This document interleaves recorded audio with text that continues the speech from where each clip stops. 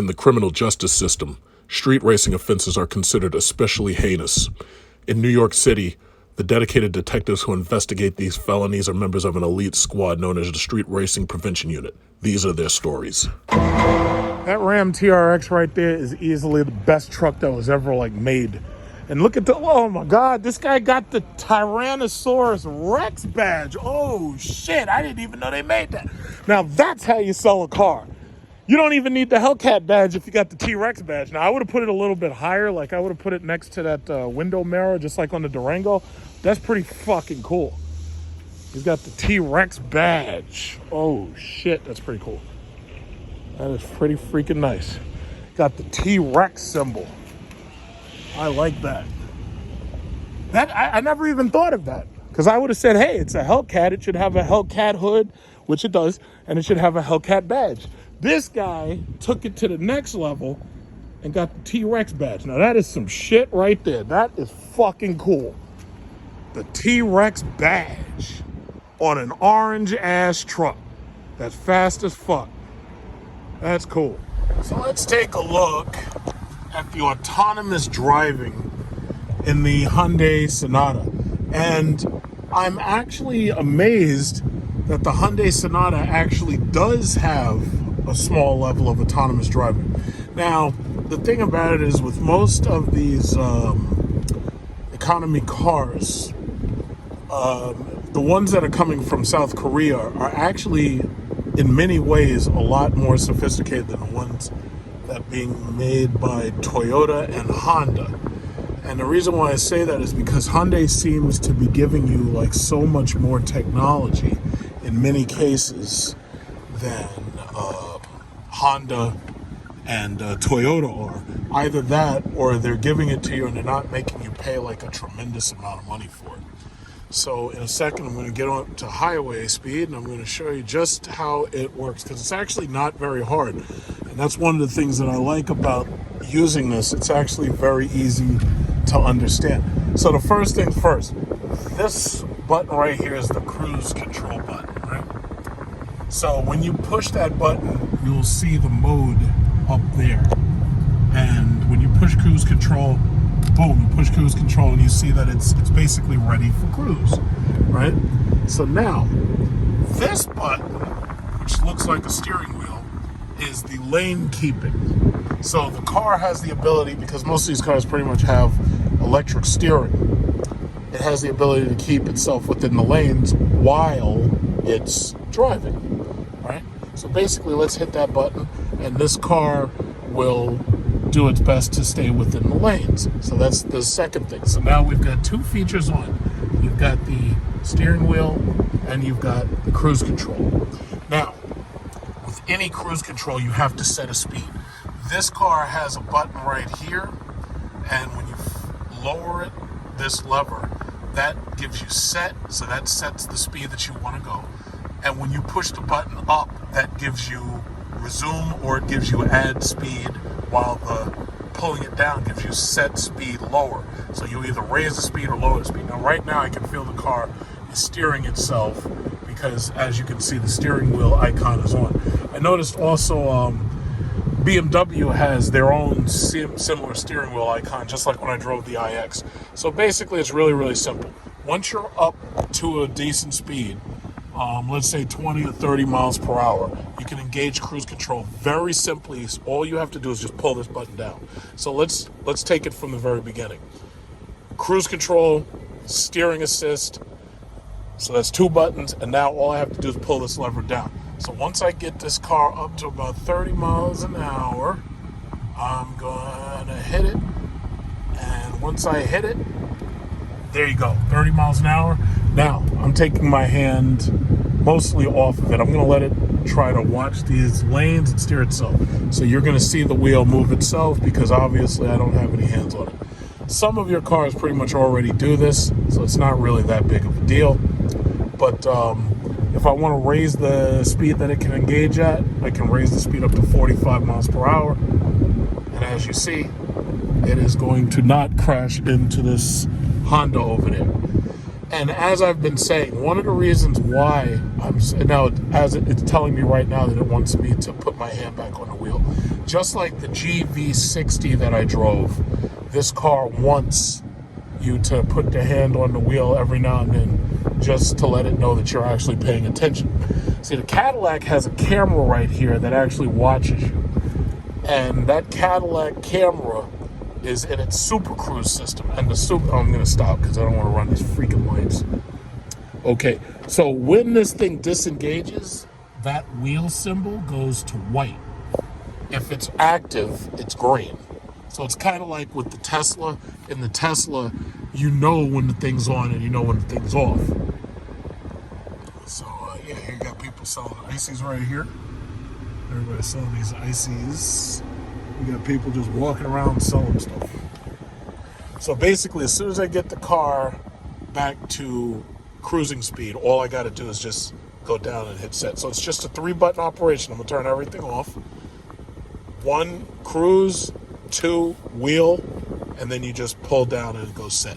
So if you have a Hyundai Sonata that's equipped like this one is, and you have those buttons, you can do it too. Now, here's the thing. The resume button allows you to go back to whatever speed it was that you were cruising at. So what I'm going to do is I'm going to get us onto the highway, and I'm going to pull up to hit resume. But it says the conditions haven't been met. Okay, no big deal. So what I'll do is I'll wait, get onto the highway, and then I'll throw it into resume. Now, if you want to cancel it and you want to turn the cruise control off, you just push this button in, or you push the cruise control button, and that will turn the cruise control system off. So it's very simple. 3-button operation, not hard at all.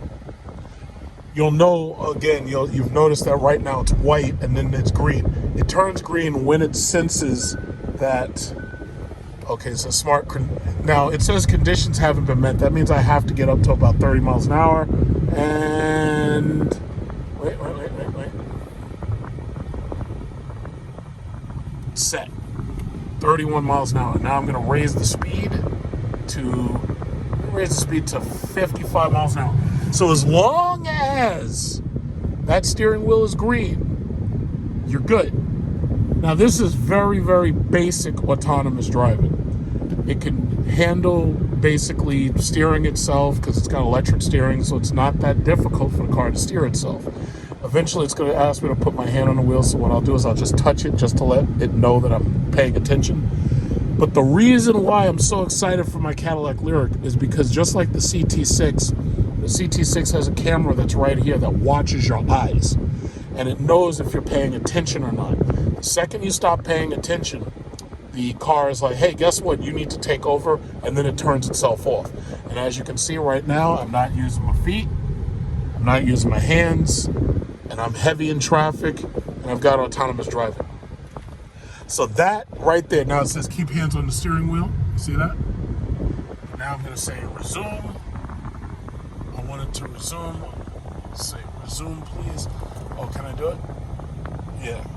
Because the thing about it is what they don't want is they don't want a runaway car fucking running into somebody like these Teslas based upon their programming. Every now and then a Tesla decides to run amok. And they don't want that happening with this car, so they've basically put that system there to say, yeah, listen, we want to make sure that you're paying attention. But for the most part, you see it went back to green. It's keeping pace with the car ahead of me. Everybody's happy, right? So I think that's pretty cool. And I gotta say, of all of the car makers at this point that now you see I'm completely hands off and the car is still running, it hasn't killed nobody yet, right? Of all the car makers that I absolutely like, I have to say Hyundai is one of them. As you saw in some of my videos, I took a friend to buy a Hyundai Elantra, and he got not the base model, but he got like one step up from base. Got the what is it, the girls basketball team, right? Okay, and then I took his wife out, and we both went and we got a Kona. And I like Hyundai's product, and more importantly, I also like Hyundai's customer service, because as you know, if you followed me long enough, you've known that I've had a leased Azera, and then I had a leased Genesis from them. And I like their service. They're pretty cool. See, as you can see, this guy's slowing and this thing's slowing to a stop. And that right there, now I will say this, I will be much, much happier to be able to take my hand completely off of this damn thing without having to put my hand on it at all. I'll be much, much happier. But here's the thing. You don't really have to keep your hand on it. All you got to do is touch it and basically hold it. Like you can just be real light, touch it, hold it. The car will handle the rest. And it'll handle itself up to about whatever you pretty much set it to. But I'm pretty sure that, let's see. Yeah, see, that's the thing. Every now and then you've got to intervene, because the problem ultimately is, it's like sometimes people get so close that they can completely, break your sensor range. And the car may or may not be able to respond right away. So that's the reason why they want you to pay a lot. Look at that guy. That's a nice S-Class. They're asking $122,000 for those right now. But yeah, that's the thing. It's a good car, and this type of car right here, it's not very sophisticated. It's a front-wheel drive car. Some of these Hyundai Sonatas, if you get them fully loaded, they come with everything. They come heated, cooled seats, navigation system. And they also, even on the key fob, you have the ability to drive the car back and forward just by pushing a button to make the car move in and out of parking spaces. Now, the question you're probably asking yourself is, why am I driving a Hyundai Sonata?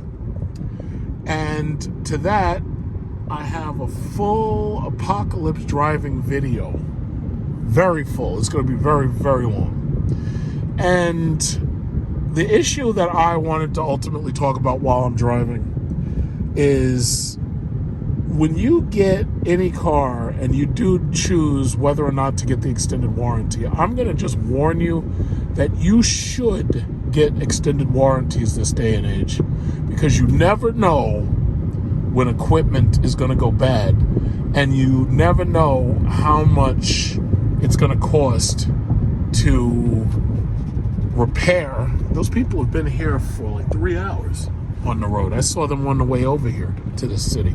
But anyway, you never know how much it's going to cost to repair some of these pieces of equipment that are in these cars. You'll never know.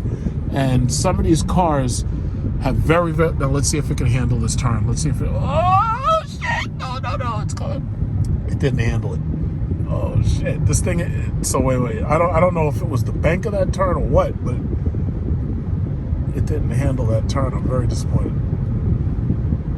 Yeah, see, the Cadillac can handle all of that. Basically, with the Cadillac, it's like you could drive all the way up and down I-95. But what, you know what it is? I think the conditions that are required for, in some cases, is a solid line. But this thing is driving way over the line. It's driving way over the line. You can see it. Like, that's part of the reason why I'm doing this video, because I wanted to test its limitations to some extent. Yeah, it kind of goes right over the line until the computer seems to correct itself. But again, they want you to be steering most of this. They don't want, to leave too much in the hand of the computer. But in any event, my Jeep SRT, almost 78,000 miles, had an issue with the serpentine belt. As I showed you, serpentine belt, and the alternator. And obviously they had to take the serpentine belt off. They had to put a new alternator in. They also said that the PCM computer needed to be exchanged. And then what ended up happening was the PCM computer was throwing out a bad code or something. So while I should be driving look at these fucking idiots in this goddamn Ultima. Look at these people. Look at these assholes. Look at these guys. Look at them all over. Look at this shit. All over the fucking road. Look at this shit. These people are crazy. Look at this guy. That big Ultima energy, man. Now, let me tell you something. When you get killed, and I'm looking at the news and seeing that it's a Nissan Ultima, all I'm going to say is, yeah, that's big Ultima energy for you, because these people are crazy. But, what was I saying? I needed a new PCM. And when they got the new PCM, it was throwing a code that wasn't telling the alternator like what to do or something. So ultimately they had to take it back. Well, they didn't really take it back because I never picked it up. But let me tell you something, and I'll make this short. When you get one of these cars, you better goddamn well get yourself, oh, another Sonata just like mine. You better make sure you get yourself an extended warranty, because these cars are extremely expensive, and as time goes on, these cars get aggressively more expensive to fix.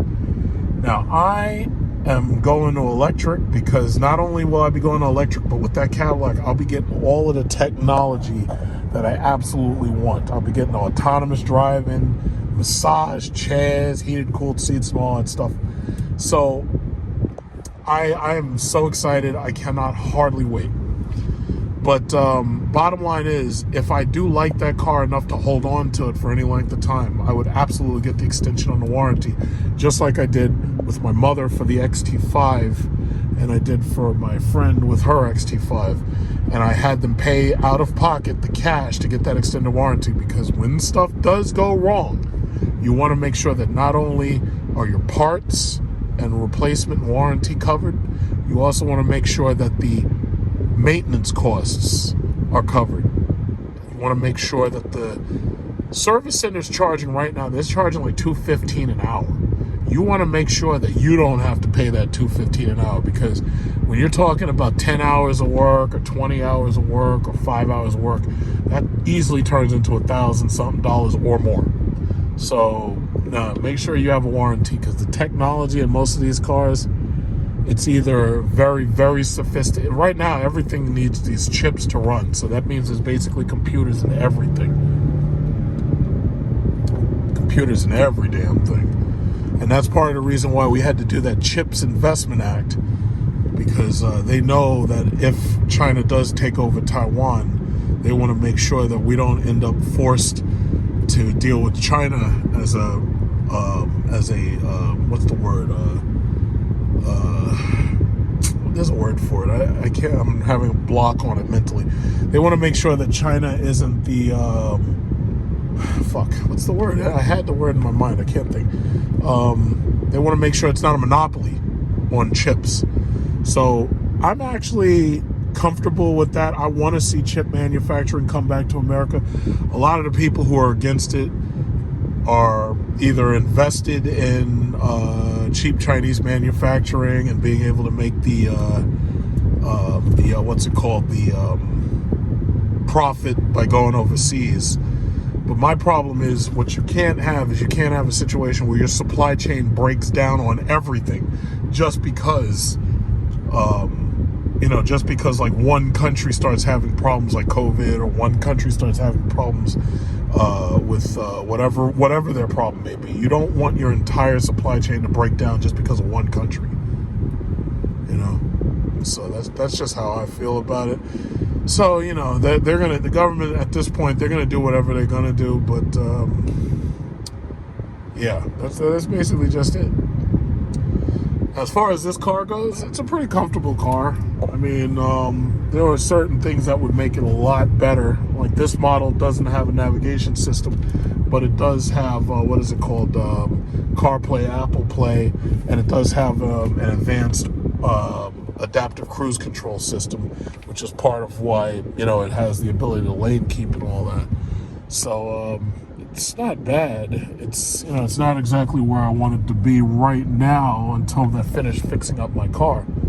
But my thing is, I think I'm going to drive that car. I'm going to probably end up driving that car another 15,000 miles. Let's see, is it stopping? Yeah, it is stopping. It was going hard on the brakes, but I decided to brake myself. But it's like I'm going to probably drive that car another maybe close to 20,000 miles between now and January, and hopefully Cadillac has my new car ready, because I need that car. I need it bad. And now I've noticed they've started showing commercials for it, so I have to get it really bad. I need it now, but I can't get it now, so you just have to continue to be patient. And it's really crazy. I'm hearing everybody who's buying a car right now is very upset. Like, I know somebody who's getting ready to buy possibly a Nissan Maxima to replace his car that got totaled. It wasn't his fault. And they're saying that the payments on this, and this is a Maxima, mind you, they're saying that the payments on this Maxima are basically going to be, what is it, like 800 and something a month. And I'm like, no matter what car you buy right now, if you get anything decent, you're basically going to pay like $1,000 a month between your car note and your insurance, which is the reason why once I got my oil stocks up, I decided what I'm going to do, sell off stock and try to buy that car cash. Now, as far as I know, there's not going to be any dealer markup, but I am prepared to pay up to $70,000, you know. Everybody's very upset. The supply chain's all screwed up, and it's just like, it's like right now, it's like everybody's just very, very not happy. So as you can see, it's like if somebody was sitting here. I mean, this is a decent sized family car, but see, the problem is when you get into a car like this, and it's an economy car. I don't have a problem with it. It's like you realize really quickly the reason why most of these companies are getting rid of cars and they're going to crossovers. Now, this car is big enough for me to sit comfortably in and to ride comfortably in, but the problem is you're so low to the ground. It's not like, you know, being up high and being able to see over everything and everything. It's just not the same. But, you know, it's decent enough. So let's just look at some basic stuff in here. Got the typical Hyundai buttons and everything. They keep all of the major driver-only features right here. The trunk button is here. And to tell you the God's honest truth, I'm starting to think that when they make these newer cars, I'm almost starting to believe that it kind of makes more sense for them to put the trunk button like up here somewhere. Like if you had the trunk button like right there, that makes it so the passenger can get to it and the driver can get to it. Now, as you see, they have push button or reverse, neutral drive. I actually made a video about the Hyundai Sonata a long time ago. So you push the button, it takes about a second, and it automatically shifts. Drive modes, as you can see, if you move drive modes, it goes to sport, custom, where you can change certain features yourself, smart, normal. Smart is supposed to basically be there for economy driving, like if you want to try to save fuel. With the auto start stop has a button to defeat it, which is right here in the middle. And as you can see with drive modes, let's say I go to custom drive mode. If I push settings, this is a touchscreen. Let's see if I go to custom settings. Okay, so you can decide how you want to set up your powertrain. You can say whether you want it to be normal or sport, or you could say whether you want steering to be sport or normal. So basically what that does is at higher speeds stiffens up the steering. And as far as powertrain, that basically says how aggressive is the throttle going to be. So custom, you know, it's not that many things that you get to choose from, but, you know, it's something. Then you got drive mode, change alert, detail alert. When the drive mode changes, details of the change and an image of the vehicle. So basically you can have it show what's happening or not. Then they have, you know, very basic stuff. There's no navigation system in this model because this model is designed for Apple CarPlay or Android Play, whichever one you want to use. To tell you the truth, Android and Apple Play are so good that you pretty much, to some extent, and I hate to say it, but you pretty much don't need a navigation system because I'm the type of person who always gets a navigation system with whatever car that I have. So I'm just saying that they've made these systems with the Apple iPhone and the Android phone, they've made the system so good until you almost don't need it. Now, they have two USB ports right here. There's one for charging, there's another one for charging, and one that interfaces with the car. But what was interesting was that in this box, the glove compartment, there is no chargers at all. USB ports are cheap enough where they could put USB ports everywhere. So if I was them, I would have supplied more USB ports, but, you know, they just didn't. So this is an enterprise rental car at $50 a day. That's just what it is. So I will ride around in this bad boy Just show you what it looks like on the outside. I'll ride around in it up until I get my... Because the thing about it is you don't want to drive nice cars into the city. You just don't, because either your car is going to get sideswiped or it's going to, it's either going to get sideswiped or it's going to, shit, this day and age, they might steal your fucking parts. So you got to be so careful, you know, having a nice vehicle. It's not a bad car, but I actually always liked the Sonata. Like, since 2015, I've actually really liked Sonatas as a either a rental or as even I wouldn't even mind having one of these as just like a daily beater or something, but I would get it fully loaded, and that would probably jack the price up considerably. But I'll tell you what, I'd take this over a fucking Acura TLX. Let me just say it like that. Long before I'd buy anything from Acura, like any car that Acura got, I'd take this long before I'd take a TLX or any of that shit they're selling, because Hyundai's got Acura beat, to tell you the truth. Hyundai's Genesis and the Equus, or I should say the GV90, the G80, the G90, all of that stuff's better than everything Acura's got. You know, so not bad at all. Got the Cruise, and we're going around this curve right now. And you can see it steering itself. As long as you see that little green symbol and it's on and it says steering wheel, you're fine. And after a while, it may ask me to put my hand back on the wheel. But right now, I'm not using my feet, and I'm also not using my hands, as you can see. And it does the lane keeping assist. And just like in the BMW, it's that one button right there that looks like a steering wheel. As soon as you hit that, that's when it basically handles everything. But it's in a minute, it's gonna a couple of seconds, it's probably gonna tell me to put my hand back on the wheel. See, it says keep hand on the wheel, and then you just give it a little nudge and it goes right back into mode. Now let's see if it can take this turn right here. You see this turn? I think it's gonna go out of the turn, but let's see. Okay, no, it's actually keeping this turn. It's actually keeping the turn just fine. See that? It's pretty cool.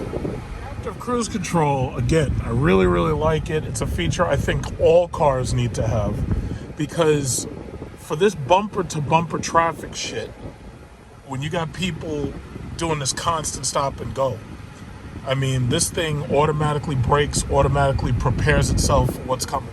And you see, that's the new Jeep Grand Cherokee right there.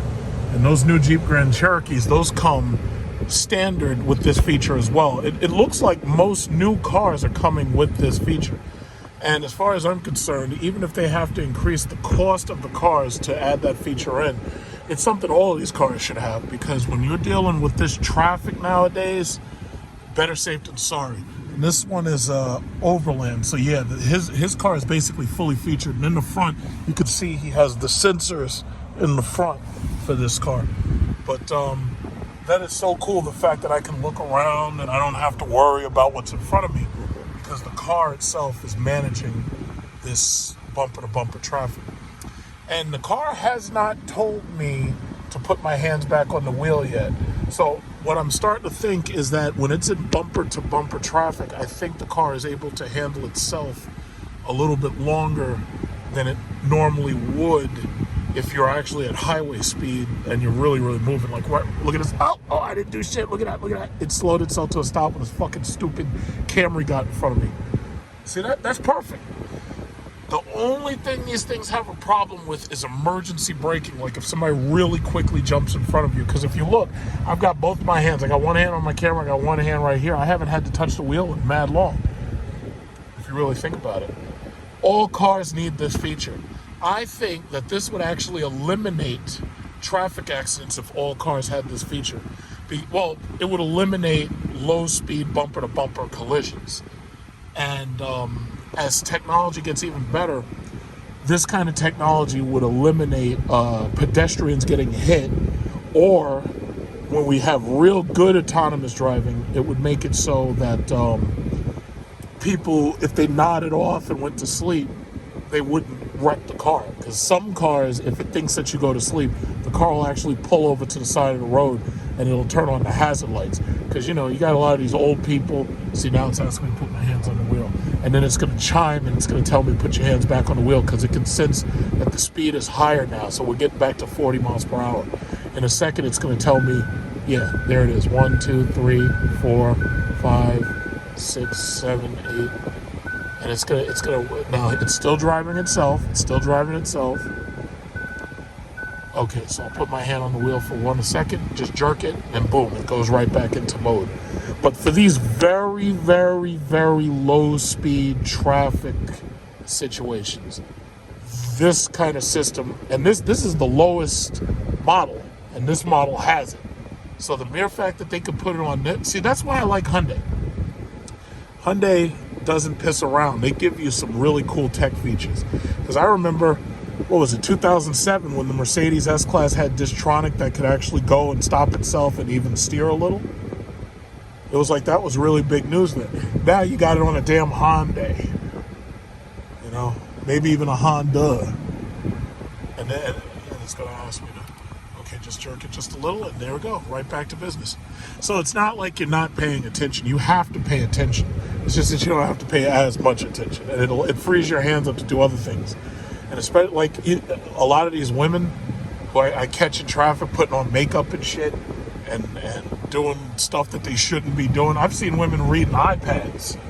It's like, if they had this feature, I wouldn't feel so bad about it. Like if I see somebody in a Tesla and they're having like a 5-course meal while they're sitting there and the car's driving itself in traffic, I don't really worry about it because I understand that the car can, for the most part, handle that.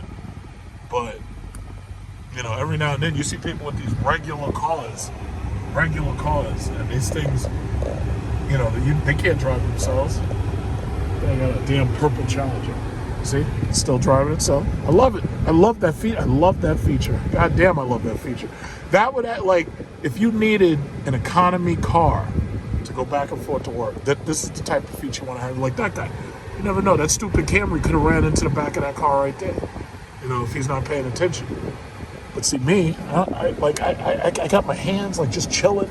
Hands just chilling. Look at this lady. Look at this lady. That Honda ain't got that feature. Look at it. They ain't got that feature. They ain't got that feature at all.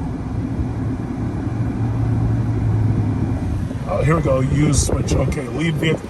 After it stops for a while, it's going to tell you to put your foot on the thing to reset and to make it go again. And that's a safety feature because they want to make sure that you don't go to sleep or some shit and then the car starts driving off. Because as you know, these cars can't, unlike the Teslas, these cars can't recognize like traffic control devices. These cars don't see, what is it called? These cars don't see stoplights. So, yeah, that's that. Damn cool feature. And not expensive, not too expensive. And that's something I hope they put on all of these damn cars. So this is the Hyundai Sonata at night. And as you can see, I'm using the self-driving tech, and it's having a little trouble seeing all of these lines. Some of these lines, when I was coming, I noticed that some of the lines weren't painted on one of the sides. But basically, it lets you know simply by showing you the green light with the steering wheel whether or not it can take over for driving at that moment. So as soon as it goes green, you can basically take your hand off of the wheel and it pretty much will take care of everything, just like that. So as you can see, the apps, I just got through driving. I drove about 250 miles in my mother's Cadillac XT5, and her Cadillac has Android and it has Apple CarPlay, but what it doesn't have is it doesn't have one of these self-driving devices of any kind. It doesn't have it. But then again, this is a much newer vehicle than her XT5, even though her XT5 is slightly higher equipped than this vehicle. Like, this vehicle doesn't even have a moonroof. But the thing about it is, if you were contemplating getting an Elantra or getting a Sonata, me personally, I would make sure that if you did get one of these cars, I'd get the tech package so that you have a built-in navigation system. And the reason for that is because sometimes you can be in an area where there is no signal. And if there's no signal for your phone, that can mean that, GPS won't work on your phone, which means it automatically won't work on the car.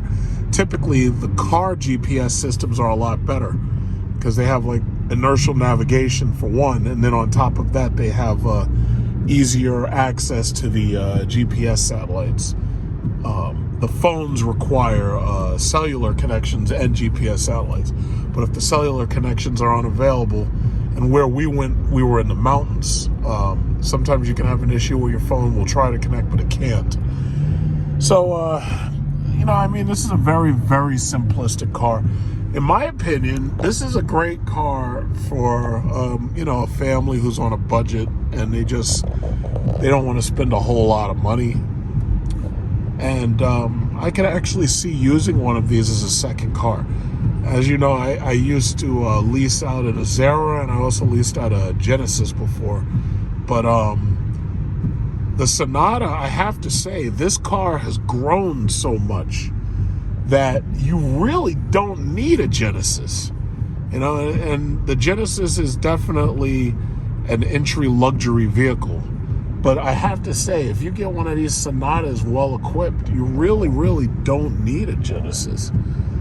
Because the Hyundai brand and the Genesis brand, no matter what they try to make it look like, it's basically ultimately the same. What they do, however, is they give you slightly higher quality service on the Genesis. Like when you buy Genesis products, some of them even have concierge, like the G90, which used to be called the Equus. So that's actually a very good thing, and it's good that they did that because, see, one of the problems, especially that I'm going to talk more about in the time to come, that I have with Chrysler, one of the problems, even if you buy a Grand Wagoneer and you're paying $100,000, maybe $120,000 for a fully loaded Grand Wagoneer, or if you buy a T-Rex, this fucking idiot is above the line. You see that shit? Stupid goddamn BMWs. It's always these goddamn BMWs. So anyway, as I was saying, even if you buy a $100,000 plus car, even if I optioned out a Dodge Charger Hellcat just to see what it would cost. And I put all of the major options that I'd want on it. And that thing came out to $99,000. Now, if you're spending $100,000, you expect to have higher quality service. But my issue is that you can't be assured higher quality service, and I consider that a problem. As far as I'm concerned, you spend $100,000 on a car, especially like one of these Stellantis cars. You spend $100,000 on a car.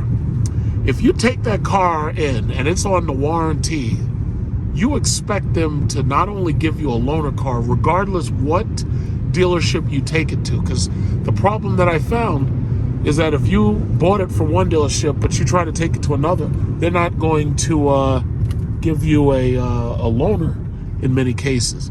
My thing is, if you're buying a $100,000 car, that's bullshit. You should be assured a loaner, which is also a problem that I have with Tesla. Tesla can't assure you loaners because even if they did loan you a car, it probably wouldn't be a Tesla, and that's not what you paid for. You paid for a Tesla.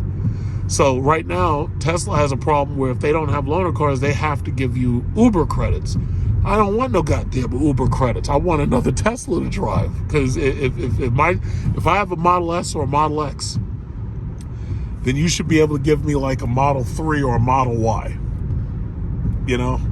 But they can't assure that because they don't have enough cars built. So it's really, really a sticky situation, especially now. Look at that. There's a car accident. Oh, man, that was a pileup. Oof. Damn. But that's the sad thing about it. It's like I can't see myself buying another FCA car, especially if the service and the warranty service isn't up to snuff. Yeah, it's one thing for the warranties to pay for your parts. It's another thing for them to pay for the convenience of having a loaner car. That's something totally different. And the sad thing is, when most people, when they get extended warranties, that's not something they think about right away. Well, if something happens, will you give me a loaner? And my thing is, no, you need to give us loaner cars.